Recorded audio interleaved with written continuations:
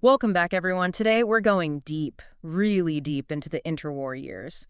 You know, that period between World War I and World War II. A period I think that most people kind of gloss over. They know there was a Great Depression in there No. somewhere, right? Right. But we're going beyond just the headlines, exploring the economic and political forces that shaped this era. And to guide us, we have Lords of Finance, the bankers who broke the world. Such a great book. It really digs into the personalities of these central bankers who, maybe not intentionally, kind of steered the world toward disaster. So let's set the scene. Europe after World War I, nations are drowning in debt. Hmm. The political landscape is, well, shaky. Oh, yeah. And there's this looming sense of, impending doom. Like the calm before the storm. Exactly. Right at the center of this storm are four central bankers, Yeah. each leading their nation's most powerful financial institution. We've got Montagu Norman of the Bank of England, Okay. Benjamin Strong at the Federal Reserve Bank of New York, Hjalmar Schacht of the Reichsbank, and Émile Moreau of the Banque de France. So not just some guys in suits, right? These were financial titans. Oh, yeah. Think of them almost like monarchs ruling over these invisible empires of finance. Monarchs of invisible empires. I like that. But back then, central banking was still a fairly new concept. I mean, these institutions were figuring things out on the fly. Yeah, definitely. Trying to manage these national economies, all while operating under the gold standard, which was, supposed to guarantee stability. Supposed to, but maybe it wasn't all it was cracked up to be. Right. Well, you hit on a key point there.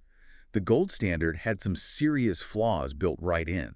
See, the whole system was tied to a finite amount of gold So as economies grew, and needed more money in circulation. They started running out of the actual gold to back it up. yeah, Classic supply and demand problem. when the supply of gold can't keep up with the demand for money, things get wobbly. Okay, so you've got this shaky system, Mm-hmm. and then you have these four central bankers basically calling the shots. Let's start with Montagu Norman. The book portrays him as this mysterious, almost reclusive figure. Oh, yeah. He was fiercely dedicated to the gold standard, a true believer. And he was incredibly private, traveling under assumed names. Under assumed names. Like a spy or something. Why? Some speculate it was to escape the pressure, maybe even paranoia.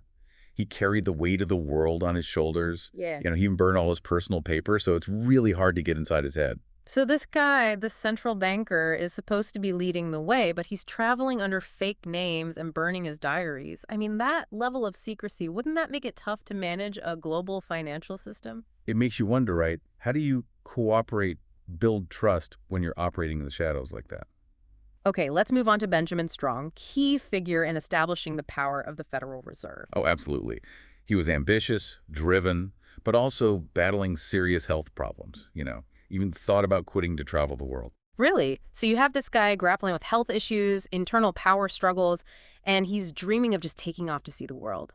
It makes you think how those personal struggles might have influenced his decisions. Definitely. Okay, now for Hjalmar Schacht. This is the guy who helped Germany navigate that insane hyperinflation period. Yeah, brilliant mind. Pulled them out of a really dire situation. But then the book mentions these questionable political alliances he made later on. Ah, yes, his connection to the Nazi Party. That definitely casts a shadow on his legacy. So we've got this financial genius, helped save Germany, but then aligns himself with the Nazis. Wild. He was, without a doubt, a very complex and controversial figure. Finally, we come to Émile Moreau. He came to lead the Banque de France. But his rise to the top seems, I don't know, almost unexpected. Yeah, his story is one of perseverance, really. He wasn't born into wealth or power. He earned his way up through sheer competence and, with the support of key advisors. So just to recap, we've got a secretive recluse, an ambitious visionary battling personal demons, a financial wizard who later aligns himself with the Nazis, and then this unlikely leader who rises through the ranks. Quite the cast of characters, right? That's like a financial thriller. And their interactions, both personal and professional, had a huge impact on the events leading up to the Great Depression. But it wasn't just about them. There's this other major element we need to factor in. Oh, absolutely. The crushing burden of German reparations after World War I. A major source of tension and instability, for sure. All right, let's dive into that next. Reparations. What a mess. All right, so reparations. After World War I, the victors, mainly France and Britain, slapped Germany with these huge fines, basically to cover the costs of the war. I can only imagine how that went over in Germany. Yeah, not well at all. They saw it as a punishment, humiliating, like this massive weight that would cripple their economy, like forever. Okay, so we're talking war debt, but on a colossal scale. And I'm guessing everyone had different ideas about how much Germany should actually pay. Oh yeah, huge disagreements, even among the Allies. Mm, Britain, while wanting their money, was also worried about destabilizing all of Europe, right? right. France, though, they were more driven by revenge. I mean, they'd suffered tremendously during the war, so they wanted a much harsher settlement. So you have this super tense situation. Everyone's vying for their piece of the pie, and Germany's stuck in the middle. And right in the thick of it, you have John Maynard Keynes, who really challenged this whole idea of crushing reparations. Yeah, Keynes was a brilliant economist, and in his book, The Economic Consequences of the Peace, he was pretty vocal about the potential damage. Oh, he was adamant. Warned that demanding these excessive payments would backfire. It would destroy the German economy, create resentment, and ultimately harm everyone. So his argument was basically, hey, if you squeeze Germany too hard, the whole system's going to implode. Precisely. Keynes believed that a more moderate approach, one focused on actually rebuilding Germany's economy, would benefit everyone in the long run. But unfortunately, his warnings fell on deaf ears, mostly. Okay, so let's recap. We've got a global financial system on shaky ground, tied to this limited supply of gold. You've got these four central bankers, each with their own quirks and flaws, trying to navigate this mess. And then you throw in these massive German reparations that are basically fueling resentment and instability across Europe. It's like a recipe for disaster. And that's exactly what happened. Things start to unravel with a series of interconnected crises. We talked earlier about the gold standard and its weaknesses, but how did those weaknesses actually start to play out? Well, the gold standard was just too rigid. It couldn't handle a rapidly growing global economy. Countries were locked into these fixed exchange rates, which limited their ability to respond to economic shocks. So if one country starts to struggle, The whole system could crumble, exactly. And to make matters worse, countries like Britain were becoming more and more dependent on the U.S. for financial support. wait, wasn't Britain supposed to be the financial powerhouse at this time? They were, but World War I had taken a toll. To maintain their global standing, they tied their currency to the U.S. dollar, which was backed by gold. I see. But this created this dependence, right? So if the U.S. economy faltered, Britain would go down with it. Imagine like a giant game of Jenga. Everyone's pulling pieces, trying to stay on top, but the whole thing is getting more and more unstable. And then boom, everything comes crashing down. Not quite boom, more like a ripple effect. See, a seemingly minor event in Austria triggered a chain reaction that shook the entire global financial system. Okay, what happened in Austria? Their largest bank, Credit Instalt, collapsed in 1931. Bad loans, risky investments, and then bam, rumors spread. Panicked investors rushed to withdraw their money. Oh, man. A classic bank run. Yeah, and it exposed this critical weakness in the system: interconnectedness. Banks all over Europe were heavily invested in each other, so the failure of one could easily trigger a domino effect. So, Austria sneezes and all of Europe catches pneumonia. Exactly. Bank runs spread like wildfire across Europe. Germany, already burdened by those reparations, got hit especially hard. Panic wiped out savings, businesses, everything. And when people lose faith in the system, they start looking for someone to blame. And who became the scapegoat? Well, sadly, when times get tough, people tend to turn toward extreme solutions. The economic hardship and political instability, it fueled the rise of these extremist ideologies, like fascism and communism. So in a way, the seeds of World War II are already being planted in the midst of this financial meltdown. Unfortunately, yeah. And in all of this, our four central bankers, they were pretty much powerless to stop it, trapped in a system they couldn't control. It really is a cautionary tale, isn't it? It is. And, we're going to explore the aftermath of all of this and what happened to those central bankers in the final part of our deep dive. So the Great Depression hits, the world is reeling, economies are in shambles. What happens to our four central bankers? Do they just, ride off into the sunset? Not exactly, but their influence definitely took a hit. I mean, the world had kind of lost faith in their ability to, manage the global financial system. Their reputations were pretty tarnished. Yeah, I bet. But did they ever, own up to their role in this whole mess? Did they have any regrets? It's hard to say for sure.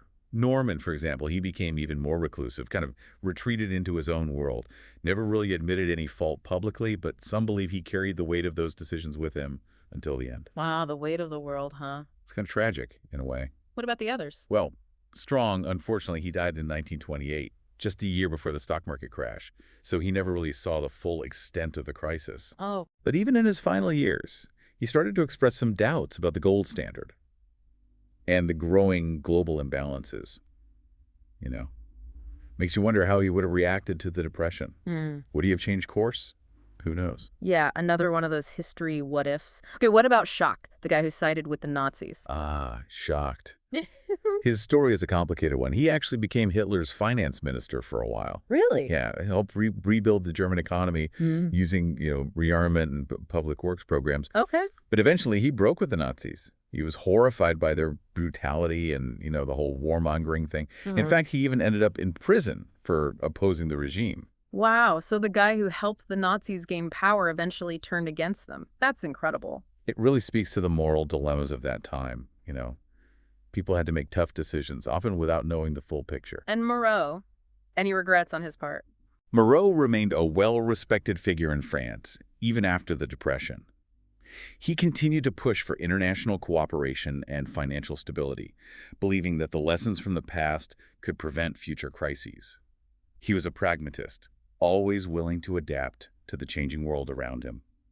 So four central bankers, four very different paths after the Depression. Some retreated, some faced tragedy, some made controversial choices, some kept fighting for a better future. But what about the world as a whole? How did we recover from this economic devastation? The Great Depression was a turning point. It changed everything. Old ways of thinking were shattered. People were desperately searching for new solutions. I can only imagine it must have felt like the whole world was in shock, trying to, pick up the pieces. Yeah, and amidst all that chaos, new ideas started to take root, challenging those old laissez-faire capitalism ideas. So what were these new ideas? How did our understanding of economics change? Well, one of the most influential figures was, John Maynard Keynes. Remember him? The guy who warned everyone about the dangers of reparations before the crash. The guy nobody listened to. Yeah, well, suddenly, everyone was paying attention. Keynes argued that governments had to take an active role in managing their economies, especially during crises. He advocated for government spending on things like public works programs to stimulate demand and create jobs. So instead of just letting the market do its thing, he was saying, hey, the government needs to step in and take action. Exactly. Uh, He felt that relying solely on the free market could result in prolonged unemployment and economic stagnation. His ideas, which became known as Keynesian economics, they really had a huge impact on economic policy, particularly after World War II. so the Great Depression forced a major rethink of economics, leading to a more active role for governments. Right. But beyond those policy changes, what lasting impact did this era have on the world? The interwar years left a deep mark. Hmm. I mean, it wasn't just about economic policy. It shaped the entire political landscape. In what way? Well, think about the rise of those extremist ideologies, like fascism and communism. And then World War II, the Cold War. It all stems, at least in part, from the turmoil of those interwar years. Wow, it's pretty sobering to think about. It is. So as we wrap up this deep dive into the interwar years, what are the biggest takeaways for us today? What can we learn from the mistakes of the past?